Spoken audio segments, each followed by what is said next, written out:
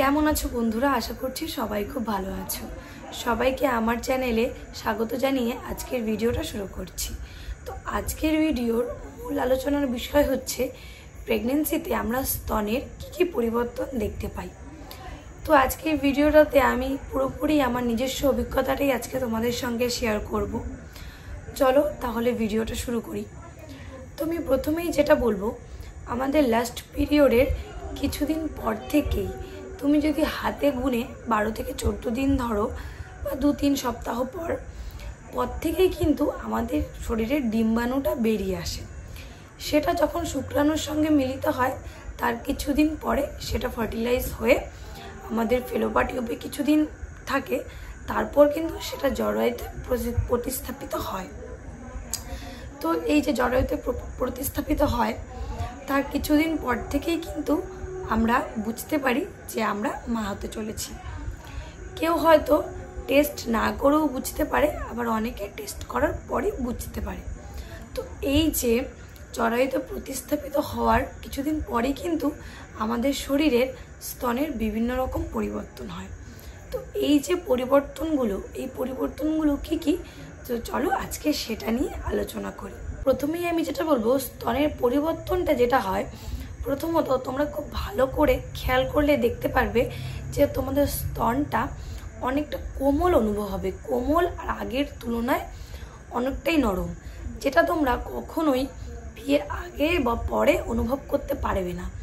সেটা একমাত্র যখন তোমাদের প্রেগনেন্সিটা আসবে তখনই তোমরা বুঝতে পারবে যে এটা আগের তুলনায় কতটা নরম বা কোমল হয়ে যাচ্ছে। তোমাদের মনে হবে যে স্তনের যে শিরা উপশিরাগুলো রয়েছে সব ছেড়ে দিচ্ছে। অ্যাকচুয়ালি যেটা কথা সেটা হচ্ছে জিনিসটা আগের ঝুলে পড়ছে, নরম হয়ে যাচ্ছে, আর সেই আগের মতো যে টাইট ভাবটা সেটা কিন্তু নেই। এটা কেন হয়? এটা যে আমাদের পরবর্তীতে যে বেবিটা আসতে চলেছে তার সুবিধা ক্ষেত্রেই কিন্তু এই জিনিসটা আমাদের শরীরে হয়ে থাকে। তারপরে তোমরা দ্বিতীয়ত যেই জিনিসটা ভালো করে লক্ষ্য করলে বুঝতে পারবে যে পরিবর্তনটা আমাদের স্তনের হয়, সেটা হচ্ছে স্তনবৃন্তের। আর তোমরা দেখবে যে প্রেগনেন্সির আগে তোমাদের স্তনবৃন্তটা কিন্তু অনেকটা ব্রাউন, অনেকটা বাদামি রঙের বা কারো হালকা গোলাপি এরকম রঙের হয়ে থাকে। কিন্তু প্রেগনেন্সি আসার পর সেটার রঙটা কিন্তু অনেকটা কালচে ধরনের হয়ে যায়। আর আগে যেমন স্তনবৃন্তটা এতটুকু ছিল, সেটা কিন্তু প্রেগনেন্সি আসার পর ছড়িয়ে যায়, অনেকটা বড় হয়ে যায়। সেই যে কালো বা বাদামি ব্রাউন জিনিসটা ছিল সেটা পুরোটা বেড়ে গিয়ে একটু কালো, আরও বেশি একটু কালচে ধরনের হয়ে ছড়িয়ে পড়ে। সেটা কিন্তু তোমরা ভালোভাবে খেয়াল করলে বুঝতে পারবে। আর যে তোমাদের স্তনবৃন্তটা রয়েছে সেটা কিন্তু দেখবে তোমরা বিয়ের আগে বা বিয়ের পরে সেটার মুখটা কিন্তু অনেকটা ভেতর থেকে ঢোকানো থাকে।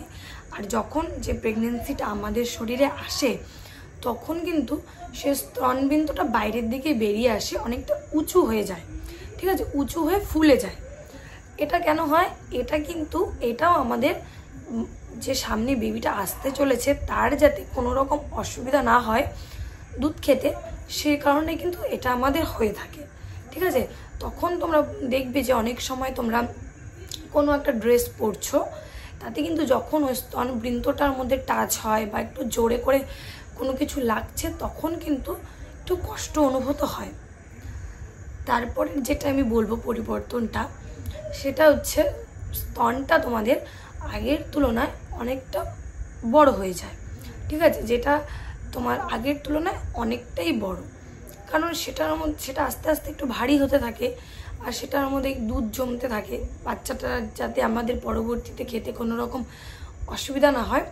তো সেই কিন্তু স্তনটা আগের তুলনায় অনেকটাই বড় হয়ে যায়, সেটা তোমরা ভালো করে খেয়াল করলেই বুঝতে পারবে। তার পরবর্তীতে যে আরও পরিবর্তনগুলো রয়েছে সেটার মধ্যে একটা হচ্ছে, তোমরা দেখতে পাবে এটা কিন্তু অনেকের লাস্ট পিরিয়ড মিস হওয়ার আগে থেকেই হয়, অনেকের কিন্তু তোমার প্রেগনেন্সির মধ্যকালীন পর্যায়ে এসেও এই জিনিসটা হয়। সেটা হচ্ছে স্তন থেকে হালকা একদম পাতলা হালকা সাদা জল কষের মতো জল বের হওয়া। তোমরা লক্ষ্য করলে দেখতে পাবে সেই জলটা যে স্তন থেকে যে জলটা হালকা সাদা রঙের কসকসটা বেরোচ্ছে, সেটা কিন্তু কিছুটা সময় পেরিয়ে গেলে, বের হওয়ার পরে চটচটে একটা সাদা রকমের চটচটে হয়ে যায়। ঠিক আছে, এটা কিন্তু প্রেগনেন্সি আসার পরে স্তনের একটা খুবই বড় একটা পরিবর্তন। এটা কিন্তু আমরা ফলো করলে এটা ভালো করেই দেখতে পাবো। এটা কিন্তু আমাদের প্রেগনেন্সি আসার আগে বা আমাদের বিয়ের আগে কখনোই এরকম পরিবর্তন হয় না। এটাও কিন্তু যে প্রেগনেন্সি আসার পরেরই একটা পরিবর্তন। আমরা খেয়াল করলে দেখতে পাবে যে প্রেগনেন্সি আসার পরে কিন্তু আমাদের স্তনটা আগের তুলনায় অনেকটা বড় হয়ে যায়। ঠিক আছে, যেটা আমার যেই বড়টা আমাদের বিয়ের আগে বা পরে যেরকমটা ছিল তার থেকে অনেকটাই বড় রকমের হয়ে যায়। তো তোমরা এই স্তনটা বড় হওয়ার কারণে দেখবে স্তনের মধ্যে কিন্তু নীল রঙের শিরা উপশিরা দেখা যায়। এটা কেন হয়? এটা হয় কারণ সেই সময়টাতে আমাদের স্তনের রক্ত প্রবাহের মাত্রা কিন্তু অনেকটাই বেড়ে যায়। এরকম যদি তোমরা কেউ ফলো করে থাকো তাহলে ভয় পাওয়ার কিছু নেই। এটা কিন্তু প্রেগনেন্সিরই একটা লক্ষণ। তারপরে আরও যেটা রয়েছে, তোমরা দেখবে যে তোমরা যদি কোনো একটা কিছু জামা কাপড় পরো, সেটা যদি তোমাদের স্তনের সঙ্গে একটু জোরে টাচ হয়ে যায়, তাহলেই দেখবা তোমরা হালকা একটু ব্যথা অনুভব করতে পারবে। সম্ভবত তোমরা যদি ব্রা পরো, সেটা যদি একটু টাইট হয়ে থাকে শরীরে, তাহলে দেখবে তোমরা কিন্তু সেটাতে ব্যথা অনুভূত করতে পারো। এটা কিন্তু প্রেগনেন্সি আসারই একটা লক্ষণ। তোমরা ভালো করে খেয়াল করলে কিন্তু দেখতে পাবে। কিন্তু এই যে লক্ষণগুলো রয়েছে, এটা কিন্তু সবার ক্ষেত্রে যে একই রকম প্রথম দিন থেকে দেখা যায় তা কিন্তু নয়। যাদের প্রথম দিন থেকেই এই লক্ষণগুলো দেখা যায় তারা তো অনায়াসেই বুঝে যাবে যে সামনেই তোমরা মা হতে চলেছ। আর যাদের এই লক্ষণগুলো দেখা যায় না, তারা হয়তো কিছুদিন প্রেগনেন্সি টেস্ট করার পর বুঝতে পারবে। আর তারপর যে মধ্যবর্তী সময়টা থাকবে প্রেগনেন্সি, সেই সময়টাতে এই লক্ষণগুলো দেখা যাবে। এই যে আমি লক্ষণগুলোর কথা বললাম, এই লক্ষণগুলো দেখলে কিন্তু তোমরা অনায়াসে বুঝতে পারবে যে তোমরা মা হতে চলেছ। তো আশা করছি আজকের ভিডিওটা আপনাদের একটু হলেও কাজে লাগবে। আর ভিডিওটা ভালো লাগলে লাইক, কমেন্ট, শেয়ার করে চ্যানেলটিকে অবশ্যই সাবস্ক্রাইব করে রাখবে। তো আজকের মতো ভিডিওটা এখানেই শেষ করছি। টাটা সবাইকে, ভালো থাকবেন, সুস্থ থাকবেন।